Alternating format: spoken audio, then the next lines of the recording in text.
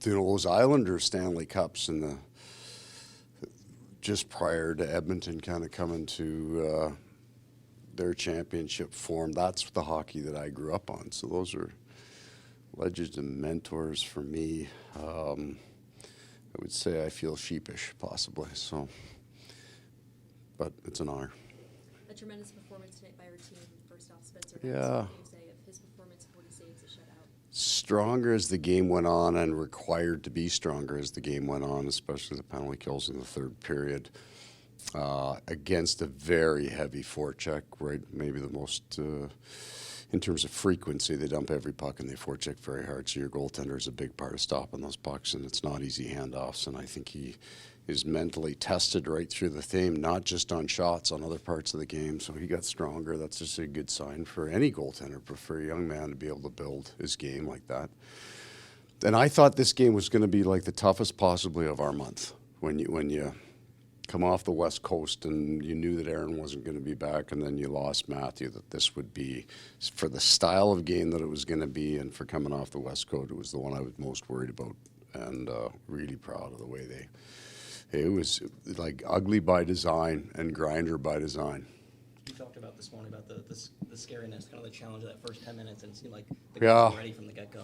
We were right on with speed. Like that first period might have been our best in terms of how we moved the puck and generated some things. But I think it's a pretty adaptable group. I think they're willing to change the way they view the game. They're not nearly as stubborn maybe as you would find a team that had some scoring success. They've been willing to kind of accept the fact that the games look different every night, even though your game, you try to play the same game and then not get frustrated with it. I thought we were good with that.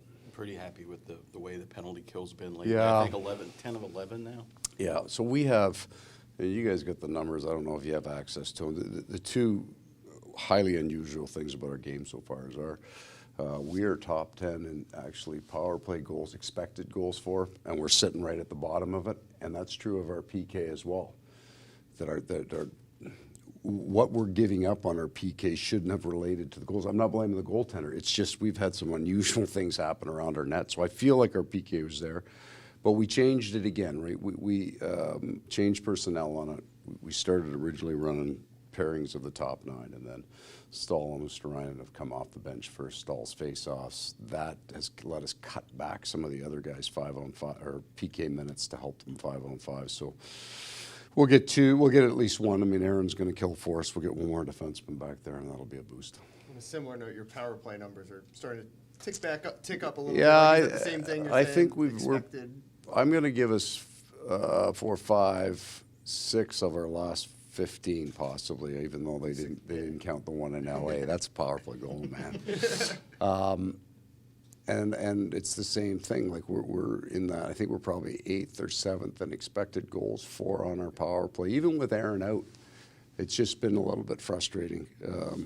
But that's okay. Early in the season, you want to win games 5-on-5, and you want your 5-on-5 game to get forced to become good, and not fool yourself on casual 5-on-5 play with a hot power play or something. So it'll get better. I like where it's at right now. And what was good about today is that when you have those two, especially those two very important pieces out of your lineup, everybody in your lineup is important. So the fourth line had some big minutes, some important, because we're coming off power plays and we need them to be good. Our goalie was good. Both special teams were good in 5-on-5. We were very strong, so it was a good night. You talk about expected goals. I think Benny was the leader on the team for a while there. Nice to see him finally get rewarded with goals in back-to-back games. Well, he had the one the other night that went off the shaft, the stick and off the glove, and you're thinking, okay, this could be a breaking point, or it's the start. I think Reinhart went through the exact same thing, so hopefully that keeps going for him. And again, he and Luosterainen and Cousins have been very good together in their 2 games, so I'm kind of happy with the way that's played out. I know Knight would have won the game 1-0, but still saying I'm sorry, Mr. Knight would have won it 1-0. I'm Felt sure. like it. But Barkov getting that goal to make it 2-0 had to be huge. Yeah, it did. This guy's played an awful lot of hockey. He's played a ton in the last 5 or 6 games, and he has just been driving himself. I was happy specifically that it was him, because he did a lot of heavy things under pucks, battle things that skilled players don't necessarily have to do, and he's done them. So it's all well and good that he's playing that game. he needs to get the payoff too. He needs to be the guy that scores the big goals because he's earned the right to do it. So happy for him. And 5